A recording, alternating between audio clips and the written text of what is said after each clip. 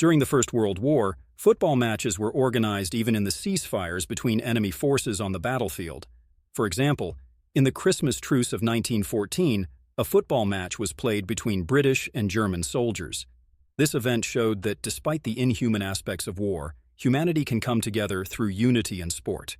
The First World War led to the use of many new technologies on the battlefield.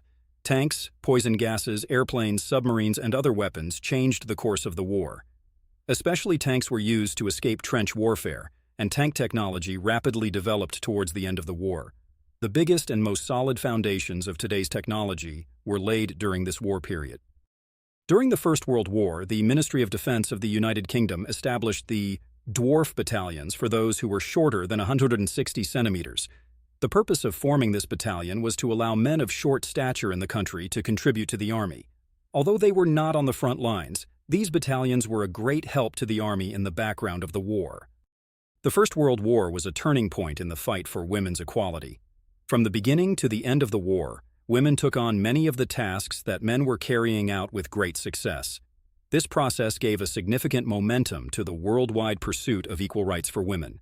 Germany took the first significant step in this direction by granting women the right to vote on November 12, 1918. During the First World War, an interesting event occurred between Austria-Hungary and Italy. Due to the snow and cold, the fighting stopped for a while. During this period, soldiers made large snow hats and sent them to each other. This event, known as the Hat War, shows that even in the most intense periods of the war, human feelings were present. The first chemical attack took place in this war. On April 22, 1915, a gas bomb launched by the Germans in the city of Ypres, Belgium, resulted in the death of 5,000 French soldiers. Initially, chlorine gas was used, but later phosgene gas was also started to be used. Phosgene was more lethal and dangerous than chlorine gas. It could kill those exposed hours later. In the summer of 1917, the famous mustard gas use began.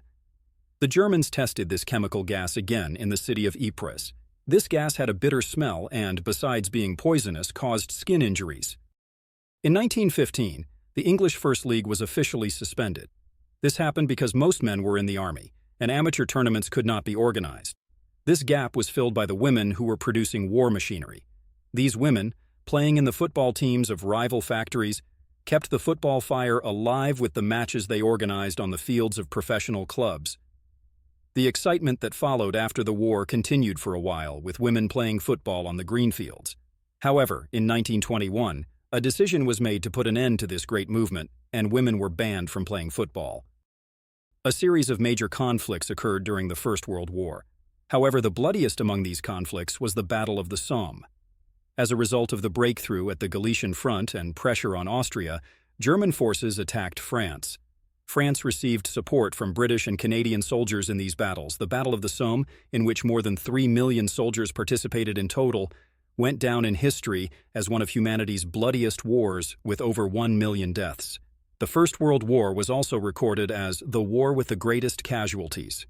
After the First World War, there was a flu pandemic known as the Spanish flu, a subtype of the swine flu, in which an estimated 40 to 50 million people died. Although this pandemic did not start in Spain, it is known as the Spanish flu because it was first mentioned in the media in Spain, as Spain did not participate in the First World War. Additionally, 1 in every 3 people who died during the First World War died due to this pandemic.